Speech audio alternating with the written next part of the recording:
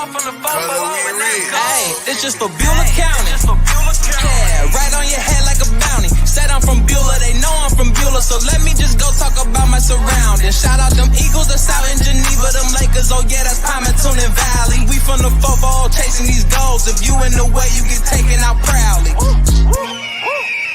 And Jefferson soaring with Falcon. Said that you working, you ain't really working. You see that we working, our hands got a callus. Putting in reps till we moving some mountains. Edgewell got warriors, they won't allow it. Me, I bleed green and gold, they know defeating those dragons who run the whole city. You wildin'. And they really bout it, yeah. And next we gon' go to Grand Valley. Work like a horse and don't show no remorse. So opponents keep coming, we stack them and pile them, yeah. And Connie, I flooded with Spartans. As soon as they pull up on game day, we park them. Cause we number one in that spot, ain't a bargain. Man, shout out St. John, they be ballin' like Harden. This for the 4-4. This for the 4-4. This for the 4-4. All right, everybody, welcome back to the Crow's Nest. This is Sam Torres on the 440 Sports Show. Want to send a big shout out to Dan Sposito and Sposito Insurance, as well as the Crow's Nest for hosting this show week in, week out. Now, week 4 has come and gone as we get ready for week 5 action, but a lot of great football played right here in Ashtabula County on week 4. Not necessarily the results that a lot of the teams out here wanted to get, but as we continue through this season, what you do see is a lot of teams improving, finding their own as we start knocking on the door of conference play. Now, our player of the week this week went out, not the result he wanted, but had himself a game. 266 yards in the air. He scored 5 Tud Rockets for the Jefferson Falcons. It was a game to be had. He is going to be on the show now. He is going to be on the show in when we go over the stats because this kid is off the scale. This week's player of the week for week 4, it's the Jefferson Falcon quarterback, Dylan Burlingham. Dylan, welcome to the show, my friend. Thank you for having me, Sammy. Absolutely. So, we talked about those numbers out there, 266 yards. You had 4 total touchdowns in that game. What was going on for you you seem to be in the zone every week when you get out there on the field, but what was going on in this one in particular? Was it the home field that got you going? Because you guys certainly play on one of the sweetest fields in all of Ohio. One thing is I just try to lock in as best as I can with plays, just study on film all week. And, we haven't lost against Harvey at all in all the years that we played them. So it was definitely a motivator to go in that game and try to ball out as best as I can on my part, at least.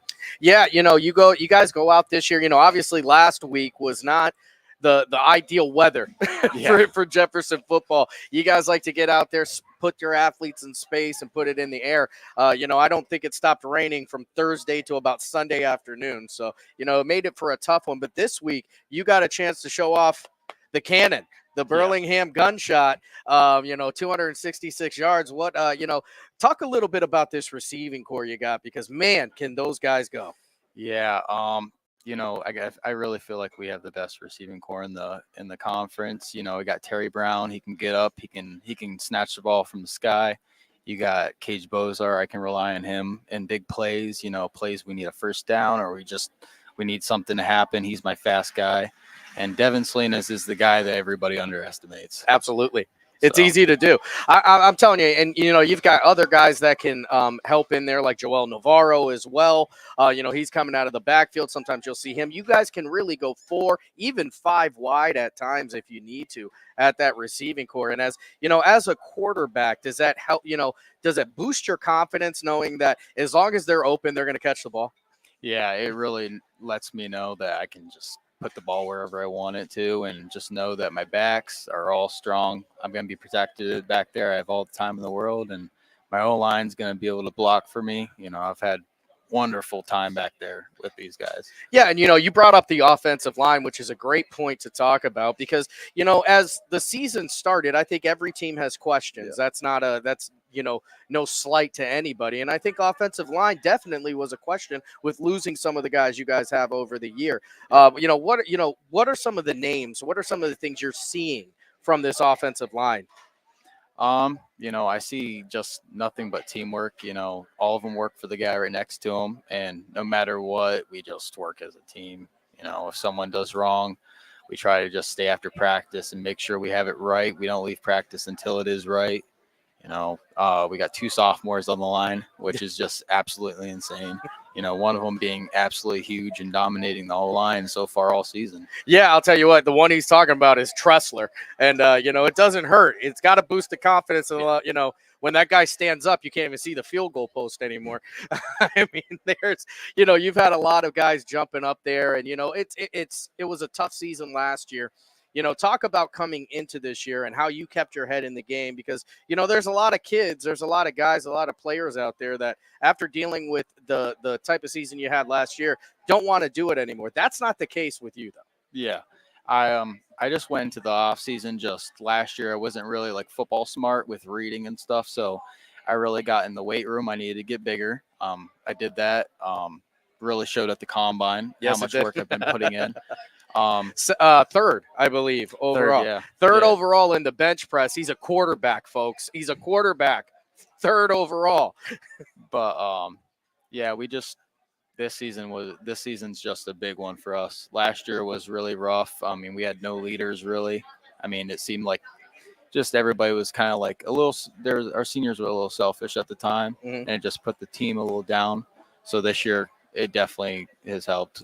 So, let's talk about that transition. So you go from a sophomore, you're a junior now. Yeah. And I always say, that freshman and sophomore year, you're kind of finding your place in the team. Mm-hmm. You're kind of trying to find out where you should be, what you should be doing. That junior year starts the transition year where you feel comfortable where you are at.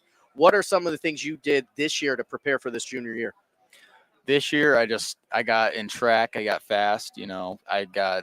I was studying plays all season, what we're going to be doing. And,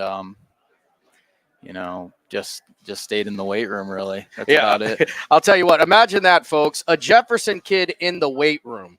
I mean, you guys seemingly live there. I think you guys spend more time in that gym than at home. That's for sure. Yeah. Let's talk a little bit about your coach, Coach Hanna. So, the relationship that you have with him, he's a quarterback, you're a quarterback. Sometimes it can be tumultuous. That's the way it works. But, at the end of the day, it always seems to come back to talk about your relationship with your coach. We definitely just talk. We talk all the time. We communicate outside of practice about just plays, and I come early to break down plays, film, and we just try to have a communication as best as we can. And lately I've been honestly getting on the same level to where how he thinks on the reads and how he thinks on offense. Boy, Coach Hanna likes to hear that. Yeah, I think it's one of those things that's definitely a benefit for, a quarterback to have that a guy who's played some quarterback, played, throughout his career. That's what he did, and that's really what he was good at.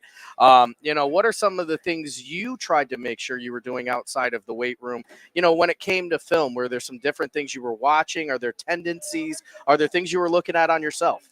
I just try to hold myself to a high standard, not making just because it was a good play doesn't mean like there's little errors in between, like in my footsteps and my reads and how I stepped up in the pocket.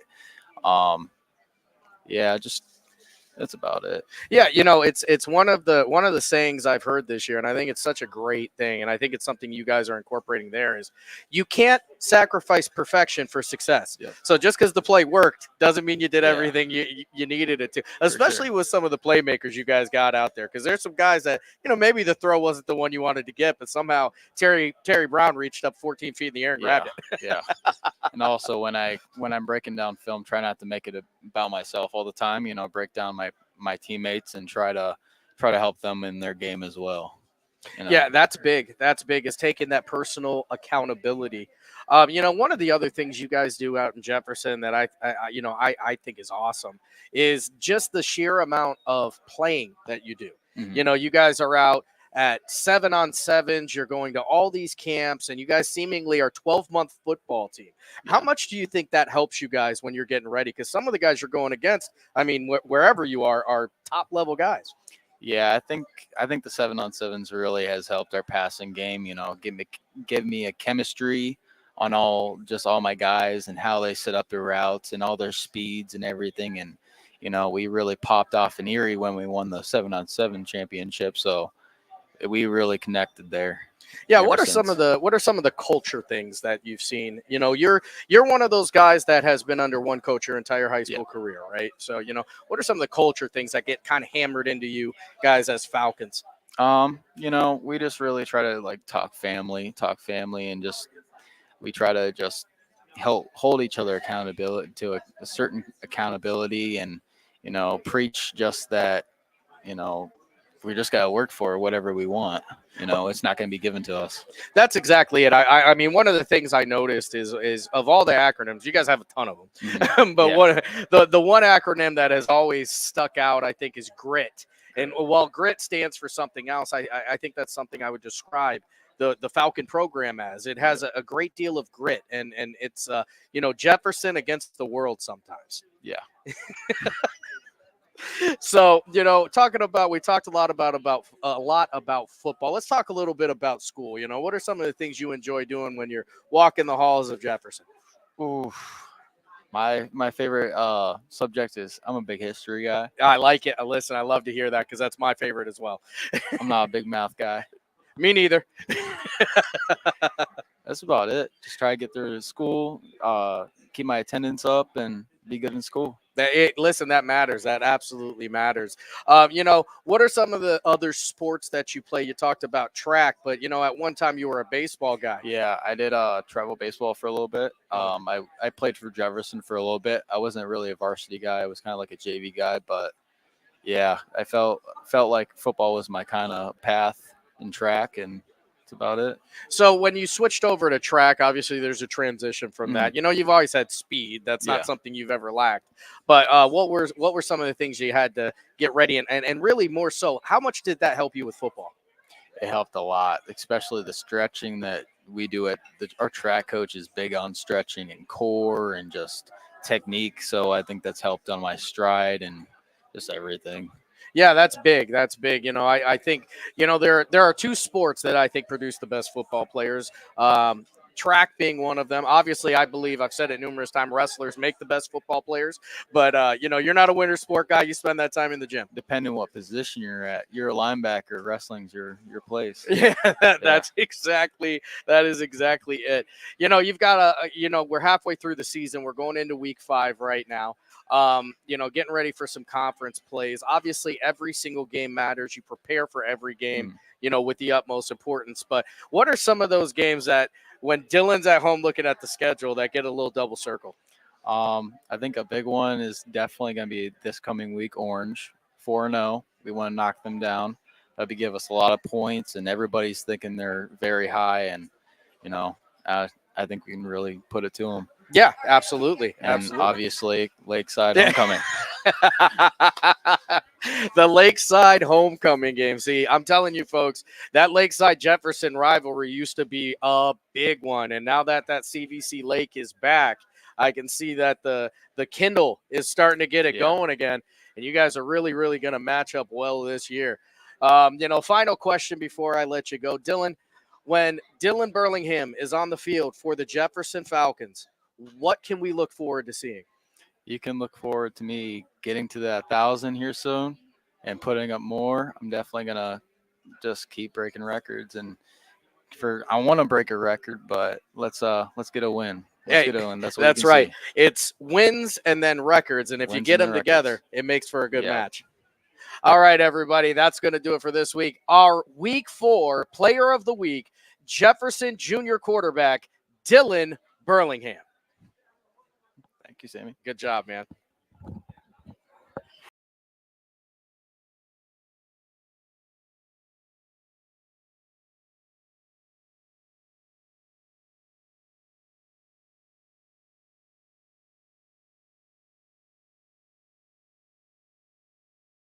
Sheely's is more than a furniture store. We're a hub for all of your appliance needs. We offer the widest selection at everyday low prices, with over $1 million of in-stock inventory from Whirlpool, KitchenAid, LG, GE, and more. Our knowledgeable, no-pressure sales staff can help you find the perfect appliances for your home. We're there for you beyond your purchase to service what we sell and offer free local delivery with 24-month special financing. Sheely's, the best things in life happen at home. House troubles can attack anytime. When trouble strikes, call Mighty Mike. Your hometown hero is on his way. HVAC causing havoc? Has your furnace gone mad? Mighty Mike Heating and Cooling will save the day. Commercial or residential, 24/7. For quality service you can depend on, call your hometown hero. Call Mighty Mike. Hi, I'm Colin Chupa. And I'm Kelsey Clem from K-Squared Marketing. Our boutique marketing firm specializes in media planning and buying, public relations, event marketing strategies, and strategic sponsorships. We can integrate our services with your existing game plan, or we can be your entire marketing team. Your goals, our game plan. Let's win together. Call K-Squared Marketing at 330-623-2730 or visit ksquared.marketing to learn more. Why choose local? Because you live here, work here, learn here, relax here, and celebrate here. 21 WFMJ is our Valley's only locally owned TV station, and our focus is local. Other TV stations don't have that same focus, as their owners are somewhere else. But 21 WFMJ is rooted in the Valley. Local people making decisions that affect your life, right here where you live.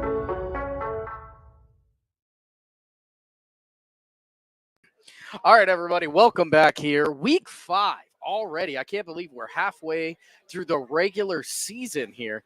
And, getting ready to start this CVC conference play this week. Now, the CVC Lake play won't start until next week, but we're already into that crossover play. So you're going to see a lot of these CVC teams from the Lake Division playing the CVC teams from the Metro and the Valley Division. The CVC conference itself going to have a change next year, as Cardinal will be departing and joining the NAC, joining the likes of Pymatuning Valley, St. John, as well as Grand Valley. So the NAC, I'll tell you what, between the NAC and the CVC, that's your entire Ashtabula County football scene right there. We're going to talk a little bit about some of the games from last week. We're going to talk a little bit about the games that are upcoming this week. Again, it was a tough week overall for Ashtabula County football last week. We did get two big wins in this one, in both Pymatuning Valley and Geneva both winning their games. PV goes out there in a very close one against a very good Rootstown. At home, a dry game, and PV gets tested and brings home the dub. Let's talk about some of these games. All right, make my screen bigger so I can see it. All right, so we'll start off here. That is wrong. Well, we'll start off here. Unfortunately, that's the wrong one. That was Lakeside and West Geauga, actually. Lakeside loses an absolute heartbreaker to West Geauga, 24-36. And that was one of the games that I actually had the chance to call myself. You talk about a game of ups and downs. I got a chance to see and call one of the best football plays I've ever seen in my life, with J. Anthony Williams from Lakeside going up as a defender, stealing the ball forcefully from the offensive player, the running back, and running it back 80 yards for the touchdown to put them ahead 24-23 late in that game. But a couple little hiccups on the defensive side of the ball, and West Geauga was able to get their first win of the year. West Geauga has done this a couple years in a row where they've started off with a losing record, 0-3, 0-4. And every year, by the time they get into that CVC crossplay, they have figured it out. So I don't think it was an issue of Lakeside overlooking West Geauga. I think West Geauga is really just kind of finding their own there. Edgewood goes out, and it's a tough one in this one as well. Hawken is very good this year, 3-1. Edgewood loses this one 35-7, and Hawkins' rushing attack was really the story of this show. Their defense showed up, they do a great job of, guarding the likes of, Riley Baldwin and Schwartfigure and, trying to keep Stewart under control. But the offensive side of the ball for Hawken was really what showed up. This is a team that's very, very strong, and they're going to be taking on Lakeside this week. We'll talk a little bit about that here in just a moment. Conneaut goes out and loses to the undefeated now Orange Lions, 30-7, the final score in this one. And Conneaut, has had a tougher start than they've had in probably the last 10 years. They are getting some big-time play from the likes of guys like Isaiah Bowles. Colby Stiltner has stepped into the quarterback role for Conneaut and done a phenomenal job. They're getting big-time output from guys like Ryan Turner, who gets moved from the offensive line to the tight end position. When we go through the reception leaders in the county, he's going to be at number 2. This guy has really taken to that position like a fish in water. But Orange, I think right now, if you talk about the CVC story of the year, it's Orange. Orange is a team that really has had tough years in football year after year after year, and coming out and starting off 4-0, I think that the expectations for the Lions right now are sky high. Now we'll see. We'll talk about their matchup coming up this week in just a moment. Jefferson gonna fall to Harvey 24-50 in this one. Jefferson starting off 0-4. Harvey grabbing 2 wins 2 weeks in a row, beating Edgewood last week. I think the story of this game, outside of Dylan Burlingham, who's our player of the week, who goes out there and really gets the job done. He's got help with the likes of, Terry Brown, Devin Salinas, Cage Bozar, one of the most dangerous, if not the most dangerous wide receiving core in the CVC. The story of this game is Sean Alston. Sean Alston, for 2 weeks in a row, has come into Ashtabula and wreaked absolute havoc. The Red Raiders running back has been fantastic, and this game was no different. Jefferson goes out there and scores first. This is an offense in Jefferson that's not afraid to put the ball in the air. And if the weather conditions are really good, if it's dry out there and there's no rain, Jefferson's a very difficult team to line up against. They can just put the ball in too many different places. And then you've got Matthew Webster, who comes out of the backfield, and he will rattle your linebacker's brain. He's a hard downhill runner that opens up the pass, and if you forget to cover up the middle, they're going to go over the top. St. John falls to Steubenville Catholic Central 6-13. Another game that I got a chance to call on, and this one was a defensive battle, an absolute heart-breaking loss here for the St. John Heralds. Steubenville Catholic scores that final touchdown with 6 seconds left in the fourth quarter. So in the first quarter, both teams score. It's 6-6 going through. Multiple defensive stops on both sides of the ball. You're going to see the tackle for loss leader is going to be a young man from St. John. In this game alone, he has 5 tackles for loss. They did everything they could, and that is, it's one of the most difficult things I think about football is you can do everything right, and one momentary lapse in judgment, and you lose the ball game. Steubenville Catholic knew what they were doing. They killed off the clock. They get the ball with 4 minutes left in the fourth quarter. It's this slow, methodical drive all the way to the end zone. 6 seconds left. They run one in, and unfortunately, the clock runs out on St. John. This is a much, much improved team. I'm really, really excited to see what St. John is going to look like, not coming this week, but next week, as they're going to have what I believe to be their toughest game of the year in PV. A little bit of an update. St. John will not be playing a football game this week. They will have a bye because, unfortunately, the Richmond Heights game has been canceled. Richmond Heights, for those of you who have been paying attention to their season, has only played 1 game this year. It's been an up and down program on whether or not they were going to be able to actually field a team. Their numbers going anywhere from 22 all the way down to about 11 guys. They're trying to get this football team in together. The state basketball championship, or the state championship basketball team, is really ready to go. So they're trying to develop this football program. But unfortunately, this is not going to be the year where they're going to get their football going. So St. John will have a bye week this week, getting to prepare for their homecoming game against their NAC rival, the Pymatuning Valley Lakers, who just so happen to be 4-0 with over 1,000 yards rushing. Not even at week 5. Pymatuning Valley, that's exactly what we were just talking about. So Pymatuning Valley, the Lakers right now 4-0. 4-0 on the season. They have been tried. They have been tested. It has been a great year so far for this Lakers team.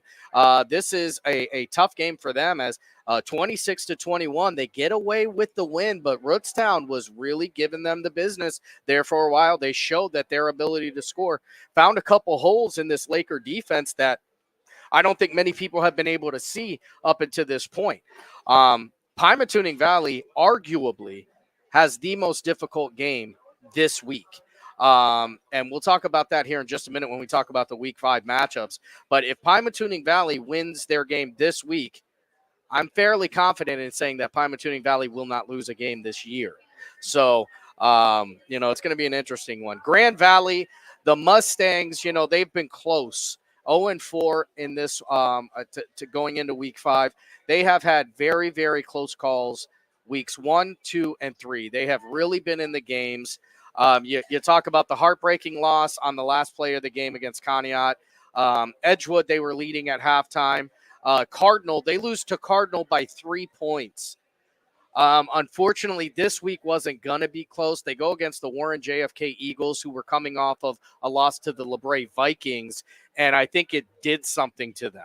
I'm not sure what it did to the psyche of that JFK Eagles team, but they really looked back at themselves and remembered who they are, taking the win in this one, 50-0. It was 43-0 at halftime on this one. Warren JFK came out and took absolutely no prisoners in this one. Grand Valley is going to be looking to bounce back this week. And then new to the YSN family this year is the Perry Pirates. And the Perry Pirates, who are 3-1 after a triple overtime loss to the Kirtland Hornets in what will probably be dubbed as Game of the Year this year, go out and bounce back in a very big way. 42-0 the win over Cleveland Central Catholic. Perry has a monster matchup this week as well. And you know what? We're right there now. We may as well get into it. Let's start talking about week 5. So we'll go from the bottom up. It's going to be reverse skate. Perry is 3-1, and they are going to be taking on the 4-0 Geneva Eagles. The Geneva Eagles have big wins over big teams already this year. Going down to Springfield, winning the Springfield game by a touchdown. Absolutely running Lutheran West off of the field. Geneva is going on all cylinders. Now, on the other side of that, Perry has had some big-time games as well.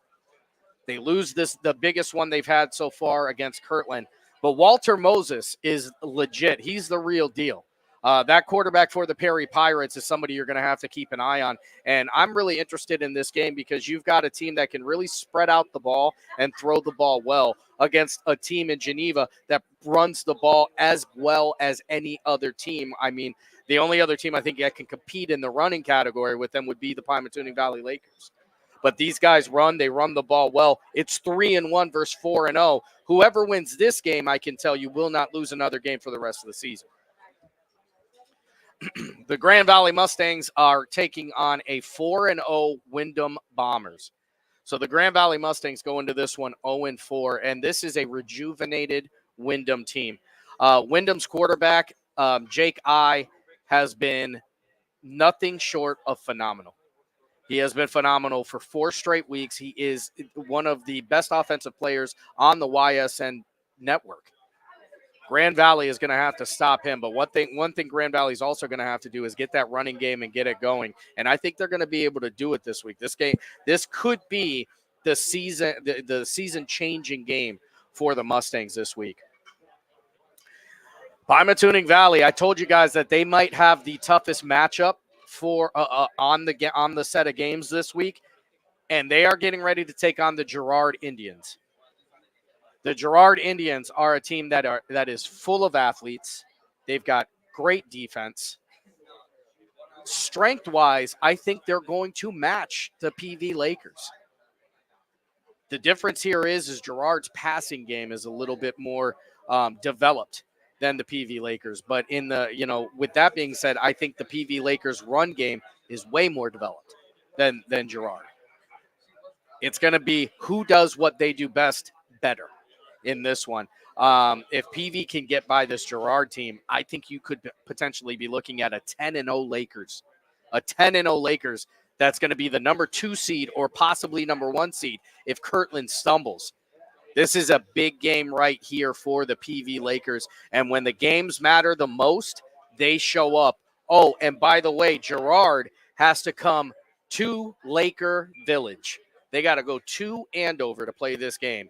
It's going to be loud. The crowd is going to be there. You'll have Chad Paul and George Dubik on the call. It's going to be a great game. Make sure you don't miss it, and you won't have to because it's going to be right here on your home for high school sports, ysnlive.com. St. John, I told you guys we'll have a bye week. Unfortunately, Richmond Heights unable to field a team this year. And then the Jefferson Falcons. Jefferson Falcons 0-4, getting ready to take on the 4-0 Orange Lions. And just as hard of a start as the Falcons have had, this is where you can really turn on the burners. This is a team in orange that has a lot of wins, a lot of points. It's crazy to stay here, folks, but, you know, even being 0-4, playoffs are not completely off the table. There are certain games that can jumpstart your team and get you to where you want to go. And for the Jefferson Falcons, this one is it. You line up talent for talent. Orange is very, very talented. They have a great running game. But I've said before, and I will stick by this, I truly believe that the Jefferson Falcons have one of the most talented passing attacks in Ohio. I mean, this receiving core is unbelievable. They've got a junior quarterback that has almost thrown for 700 yards through 4 weeks of work. The Jefferson Falcons are looking to get things going, and it could be this week against the Orange Lions as they head to Orange. Conneaut, 1-3, getting ready to take on the Harvey Red Raiders. And it's going to be a tough one. This is an uphill battle for them. Now, one thing I will say is that Conneaut definitely does well against teams that are going to go run heavy. If you're getting into a nitty-gritty game, a game of back and forth and push and who can get, who's going to get more hits in, Conneaut definitely wants to get into that type of game. The only place I can see them potentially struggling in this game is Sean Alston in space is dynamic. He is very, very tough. But if they can keep him under control, I think the Spartans could be looking at 2-3 next week. The Edgewood Warriors get ready to they're going to be heading to Chesterland to take on the West Geauga Wolverines. West Geauga, Lakeside really gave them a game. I'll be honest with you. Lakeside won that game. Lakeside had them beat. A couple last minute. I don't know the best way to say this. It was a couple last minute mistakes truly is what changed the outcome of that game. And if you don't think Edgewood watched that film and realized that they have the tools to beat this team, then you are mistaken. Coach Elijah Juan Cooper and that coaching staff over there knows that if the Edgewood Warriors go out there and they can play some mistake-free football, they 100% can beat this team from the CVC Valley division. And then Lakeside. Lakeside coming into this one 1-3, going against Hawken. Hawken is coming off of a big-time performance right there in Edgewood. Lakeside has one of the best, if not the best, running back fields in Ohio. Definitely one of the best running back fields on the network. Jay Sean Sanders, Nate Bartone, and Devin Miller, you're not going to find 3 better running backs on the same team than that one right there. They're going to have to make use of every single one of these guys' talents if they're going to go to Hawken and get this win. This is another win. This is another game where Lakeside can get their season back on track heading into the conference play. The CVC Lake this year, guys, is neck and neck. It's airtight. There are 2 big dogs that everybody's going to be shooting for in Madison and Geneva. Madison and Geneva are going to have to get the best shot from every team in the conference if anybody else is going to compete. So that's what we're looking at right now for week 5.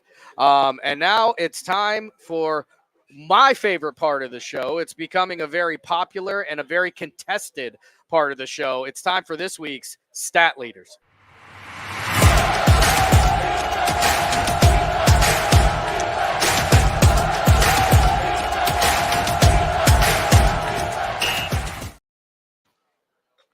All right, everybody, and I think this one is a surprise to nobody as we talk about Ashtabula County's statistical pass leader going into week 5, so for week 4, is Jefferson's Dylan Burlingham, 51 for 94, 684 yards passing. It's a 5 touchdown to 1 interception ratio for this young man. So not only is he throwing the ball well, he's throwing the ball efficiently. He's got great wide receivers. He does a great job of finding them and getting them open. And that's why Jefferson's passing attack has been so dangerous, because Dylan Burlingham is an absolute monster behind center. Right behind him is going to be Edgewood's Nate Stewart, 41 for 75. He's got 472 yards, 4 touchdowns, 3 interceptions, so still on the positive side of that ratio. Conneaut's Colby Stiltner is 48 for 98. He's got 466 yards, 4 touchdowns to 7 interceptions, and that's where it gets a little bit shaky. Vin Narducci, 38 for 57, 281 yards, 1 touchdown, no interceptions. And this one is one of the more surprising stories, I think, this year, is the St. John offensive look. St. John right now looking at a lot of run game. I mean, you're going to see it when we get to the rushing leaders, and this was a part of their game that they had for the last couple of years, really focused on and wanted to get established. And I think Coach Delgosh, Coach Fry, Coach Williams, and Coach Bento, and Coach Jones, rather, they've done a great job of getting that run game going and setting up a different look for this St. John team. I still think you're going to see them passing the ball a lot as the weather starts to perk up and these guys start to get their feet under them. And now with an entire week to kind of sit back and get ready, and they go against one of the most prolific rushing attacks in all of Northeast Ohio and Pymatuning Valley in week 6, I think it's going to be interesting to see how that changes.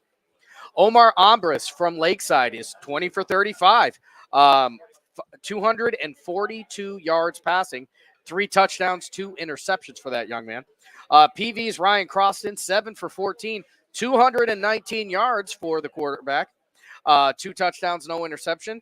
And Grand Valley, who has transitioned into this wing T offense, has Sammy Goforth, who's only 6 for 9 for 45 yards. They're not too worried about the pass game out there in Orwell. Let's talk about the rushing leaders, and this is where I think PV's record becomes even more impressive. Ryan Croston, 47 carries for 581 yards, 7 touchdowns. Right behind him in second place is Ty Vickery, 81 carries, 556 yards for him. So you're talking 2 guys over 1,300 yards there. Or, like about 1,200, over 1,200 yards in between those guys. It's unbelievable what they've been able to do in the backfield over there in PV through just 4 weeks of play. Conneaut's Isaiah Bowles, 70 carries. He's got 467 yards, 2 touchdowns. Andrew Soltis from Grand Valley, he's got 64 carries for 348 yards, 5 touchdowns for him. St. John's Ryan Williams, 59 carries, 324 yards rushing, 4 touchdowns. He's the first 300-yard rusher in St. John in 3 years, and we're only through week 4. J. Anthony Williams from Lakeside, 33 carries for 230 yards, 1 touchdown. And right behind him, another part of that hydra that is the backfield, Nate Bartone, the bulldozer, 39 carries for 206 yards, 1 touchdown. Moving on to the receiving leaders, and with almost 700 yards passing, you would expect to see the receivers, and that's exactly what we're going to see here. It's Cage Bozar, 22 receptions, 309 yards, 4 touchdowns for NASCAR. Bozar, the fastest guy you're going to get out there, getting the job done for the Falcons. Right behind him is Conneaut's Ryan Turner, 20 receptions for the young man who switches over from guard to tight end this year, 245 yards. He's got 2 touchdowns. It's Terry the Air Up There Brown coming in third, 10 catches, 198 yards, 1 touchdown for Big Bad Terry Brown. Ben Schwartfigure over at Edgewood, he's got 9 receptions, 183 yards, 2 touchdowns. J. Anthony Williams, when he's not doing it in the backfield, he's doing it on to catch the ball. 7 receptions, 174 yards. He's got 1 touchdown. Devin Salinas, imagine that, another Falcon on this list. 16 receptions, 174 yards. He's got 1 touchdown. Josiah Pope from Edgewood, he's got 9 receptions for 108 yards, 1 touchdown. And St. John's Will Anderson, 12 receptions, 102 yards. Moving right along, we're going to get into some of the defensive leaders here in the area. And this number right here is absolutely unreal. Denver Kessler from Edgewood with 42 total tackles through 4 weeks. And you guys, if you remember, the way we calculate tackles on this show, you get 1 point for a solo. You get half of a point for an assist. 1 point for every sack, 1 point for every tackle for loss. And that's where Denver Kessler is right now, 42 tackles for the Edgewood Warriors. Unbelievable. Right behind him is Conneaut's Josh Sabo with 38. Edgewood's Mike Ochoa with 35. Conneaut's Ryan Turner with 34.5. Will Anderson over at St. John with 31. Grayson Petros making his debut on this list this week with 30.5. Tyree Anderson for the Lakeside Dragons, 30 tackles for him. And Alden Gooch from Conneaut with 27 total tackles. Your tackle for loss leaders, and this is where Grayson from St. John gets his boost. He's got 8 tackles for loss on the year. He got about 4 in the last game. It was really a huge outing for that young man. That puts him on the leaderboard at the top with 8. Right behind him is Dylan Phillip with 5. Ethan Hastings with 4 from St. John. Devlin Knapp over at Conneaut, he's got 4. Jaden Anderson over at Conneaut has 4 as well. Chetty Arcaro at Conneaut, he's got 4. Denver Kessler with 4 tackles for loss. Ryan Croston from PV, Tyree Anderson from Lakeside, and Aaron Johnson from Conneaut, all tied for 3. All right, your sack leaders. Going into this one. Andrew Soltis leading the pack over at Grand Valley with 4. Grayson Petros right behind him with 3.5. John Finello is going to be tied with Jaron Nowakowski from PV, Josh Sabo from Conneaut, Jaden Anderson from Conneaut, Grand Valley's Jeremiah Coral, Grand Valley's Carter Reiser, and Edgewood's Brock Foltz with 2. Those are your leaders for this week. Again, guys, it's going to be a big week here for football, and let's go through some of these comments before we get out of here. Mike Olashek, PV, best team in the Asheville County, hands down, absolutely. Ray Torado says, congrats, Dylan. Well-deserved, my guy. You're absolutely right. Played a heck of a game. Matthew Webster putting up the stop sign. Great job, Dylan. Michael Riffle, well done, young man. Matthew Jackson. I got a big celebrity in my family. I'm going to start calling him Mr. Hollywood. George Dubik. Lots of great talent in the county. I cannot agree with you anymore. The county is absolutely stocked with talent right now, and it's going to be interesting to see as this season progresses. We're at the halfway point, how that's going to go. Amanda Drake, keep pushing Nate. Rachel Hall, good job. Isaiah Bowles. He is doing a phenomenal job out there for that Spartans team. And Amanda Drake, go Denver, who is leading the county in tackles right now. It's going to be a big week this week. I will be at Hawken on Friday calling the game for the Lakeside Dragons. We'll go ahead and bring these up, and I'll let you know who's going to be where. I will be at Hawken with Scott Demos. The Edgewood game is going to be at West Geauga. That one is going to be called by Larry Jennings. The Conneaut game will be taken care of by WOW TV. Jefferson's game will be at Orange, covered by Noah Ricks, who is the Orange announcer. The Pymatuning Valley game is going to be Chad Paul, and I believe George Dubik will be in there with them. Grand Valley will be covered by the Grand Valley man himself, Tyler Hartz.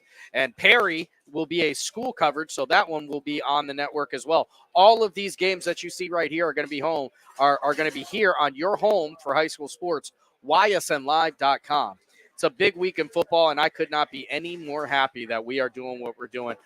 Before we go, I just want to put another thank you and remind everybody, if you guys are looking for great food, great people, and great service, come down here to the Crow's Nest. They've got all kinds of specials, stromboli, spicy, cheesy cheeseburgers, some of the best wings you're ever going to eat.